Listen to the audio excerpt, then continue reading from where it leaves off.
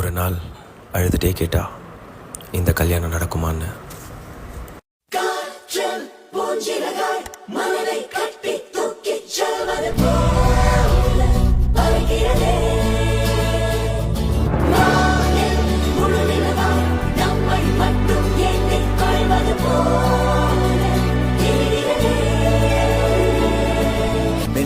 சிரித்தாய் என் உள்ளம் சரித்தாய் விழியாலே நீ என்னை தீண்டினாய்.